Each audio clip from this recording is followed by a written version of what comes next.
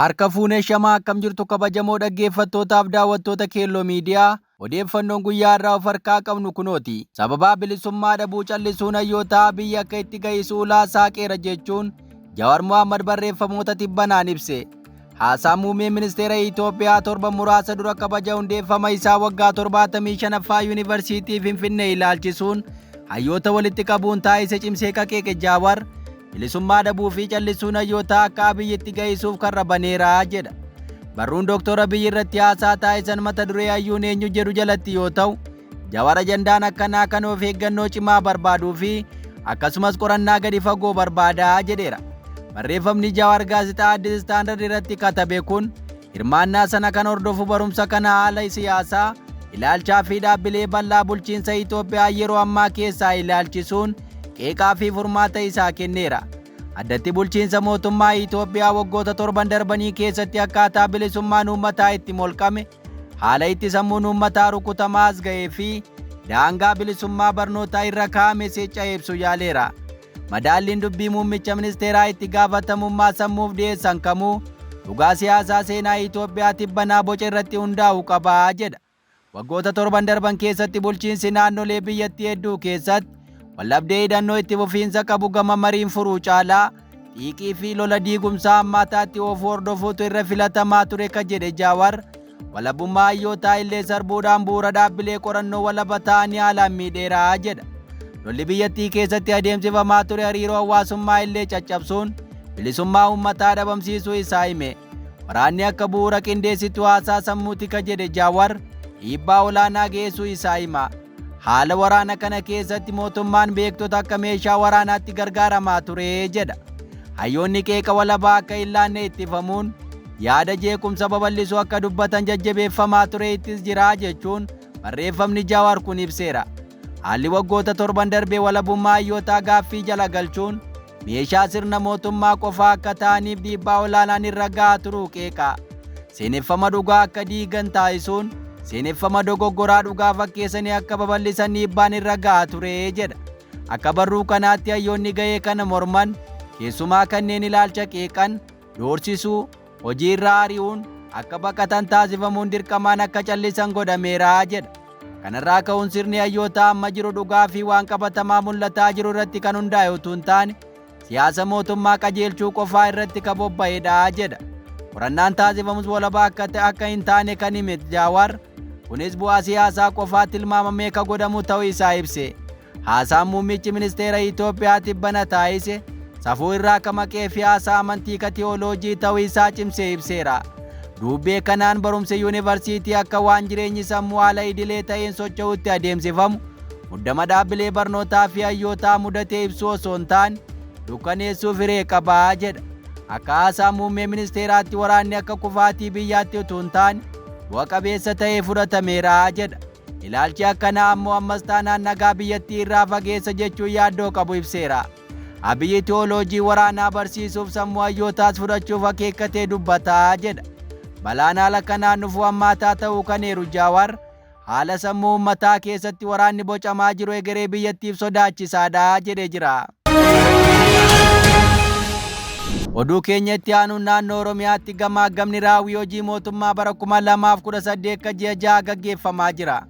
Mootummaan naannoo Oromiyaa raawwii hojii bara 2018 ka kurmaana lammaffaa Adaamaa galma Abbaa Gadaatti guyyoota 2 gaggeessaa jira. Saganticha irratti pirezidaantii naannoo Oromiyaa obbo Shimallis Abdiisaa qorannoo guyyoota 3 dhufaniif itti fufuu kanaan gama tokkoon galma qabsoo uummata keenyaa gama birootiin aarsaa qaalii jaalleewwan keenyaa kan falaa jiran giddu galeeffachuun miira xiiqii olaanaan ka gaggeessinu taas jedhaniiru. Mootummaan naannoo Oromiyaa gama kana irratti hanqinaa fi cimina isaa adda baasuun bakka hanqinni jira jedhametti tarkaanfiin sirreeffamaa akka fudhatamus ibseera. Haaluma kanaan dhimmoota ijoo kanneen akka barnootaa fi madda galii naannichaa mirkaneessuuf akkaataa karoora mootummaa fi milkaa'ina isaanii kan hanga ammaa irratti gamaagamni taasifame. Haala kanaan mootummaan naannoo Oromiyaa carraawwan misoomaa fi maddoota galii naannichi qabu fayyadamuun galmoota bulchiinsaaf galii guddisuun bu'aa qabeessummaa mirkaneessuuf hojiirra oolfamaniin injifannoon galmaa'aa jiraachuu eere. Kanaanis humna sassaabbii galii naannichaa hojiin haaraan ji'oota 6 darbee hojii hojjetameen maddoota garaa garaa irraa qarshiin biliyoona 287 ol sassaabame kan karoorfame biliyoonni 160 ol sassaabamuun ibsameera. Kana malees ji'oottan 6 darbanitti qulqullina barnootaa mirkaneessuuf hojii hojjetameen manneen barnootaa boruu 2786, mana barumsaa sadarkaa tokkoffaa 249 fi mana jireenyaa barsiisaa 27,412 ijaaramanii sagantaa kurmaanaa keessatti heeraman.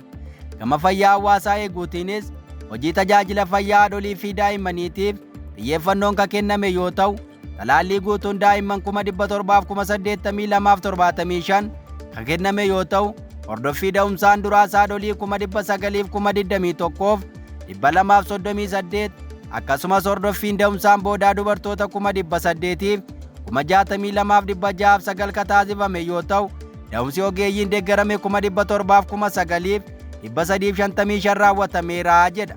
To'annoo dhibeewwaniin wal qabatee dhukkuba koleeraa godina Arsii fi Shawaa Bahaa namoota 469 irratti mul'atee ture osoo balaa hin geessin kan to'atame yoo ta'u, dhukkuba busaa ittisuuf aanaalee 51 gandoota 1,089 keessatti saaphana siree raabsuun hawaasa miliyoona 4.8 dhaqqabuun danda'ameera jedha. Kana malees aanota 15 gandoota 429 keessatti biiffaa keemikaalaa gaggeessuun namoota miliyoona 1.5 ol dhibee busaa jalaa baraaruun danda'amuu isaa ibsame.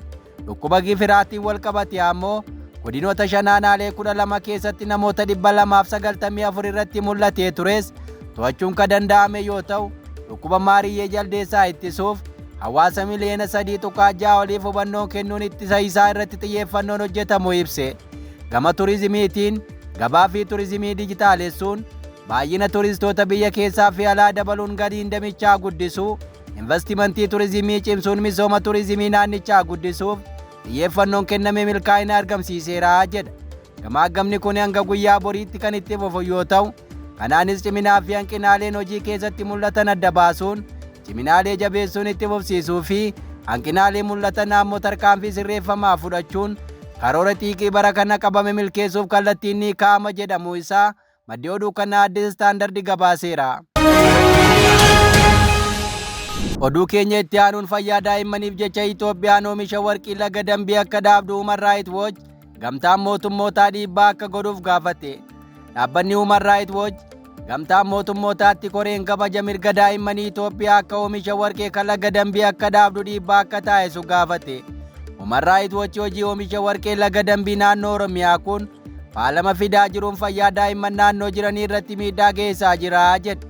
Ibsa baaseen dhaabbatichi hawaasni bakka oomisha warqee kanaa naanna'anii jiraatan yeroo dheeraadhaaf rakkoo fayyaa garaa garaa himataa turanii jedha.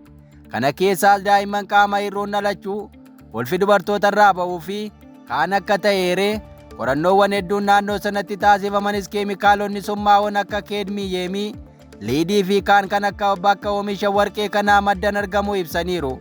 Mootummaan Itoophiyaa mormii isa mudatee tureen bakka oomisha warqee laga dambii kana bara 2018 hanga 2021 cufee ture. Human Rights Watch garuu kuta'uu sangaa'onni qorannoo kana irratti gaaffii kaasuun bakka oomisha warqee kana akka lafaa dhoksan banamu taasisan jedhee gabaasa isaan ibseera.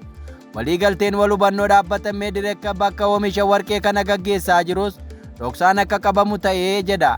Qorannoon dhaabbata fayyaa hawaasaa Itoophiyaan akka taasifamu kennamee tures jiraattonni naannoo bakka oomisha warqee kanaa rakkoo faalamaawwan adda addaaf saaxilamuu ibsee Human Rights Watch waan qorannoo dhiibbaan bakka oomisha warqee laga dambii kun ifatti hin himamne jedhee jira. Dhaabbanni Meedirek kan hojii oomisha kanaa harkaa qabus utuu tarkaanfii sirreeffamaa hin fudhatiin hojiitti deebi'uu isaallee Human Rights Watch ibseera.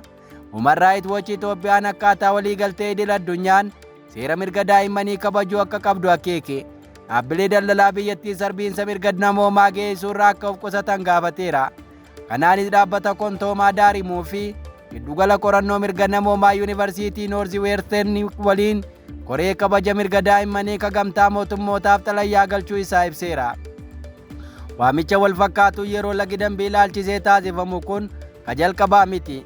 Bitootessa bara 2023 Human Rights Watch ibsa wal fakkaataa baasee tureen oomishi warqee kun miidhaa faalama naannoon miidhaa jiraattota irraan ga'aa jiru gabaasaawwan jedhu darbee hojii irra jira jechuun mootummaan akka cufu gaafatee ture. Gartuun falmaa mirga namaa kun dhaabbileen kun akka namoota faalama kanaan miidhaman suphaniifis gaafatee ture. Ammas ibsa isaa kanaan Human Rights Watch hojiin kun miidhaa jiraattota irraan waan geessaa jiruuf koreen kabaja mirga daa'immanii gamtaa mootummootaa Itoophiyaan hojii oomisha warqee laga Dambii kan akka dhaabdu, miidhaa ga'eef qorannoon akka taasifamu, namoota faalama kanaan miidhaman beenyaan akka kaffalamuuf akka mirkaneessitu dhiibbaa taasisu jechuun gaafateera. Egaa dhaggeeffattoota Keelloo Miidiyaa odeeffannoon har'a of harkaa qabnu kanan gammaa dhaggeeffattan ture. Qophii keenyaaf waliin turtii gaarii.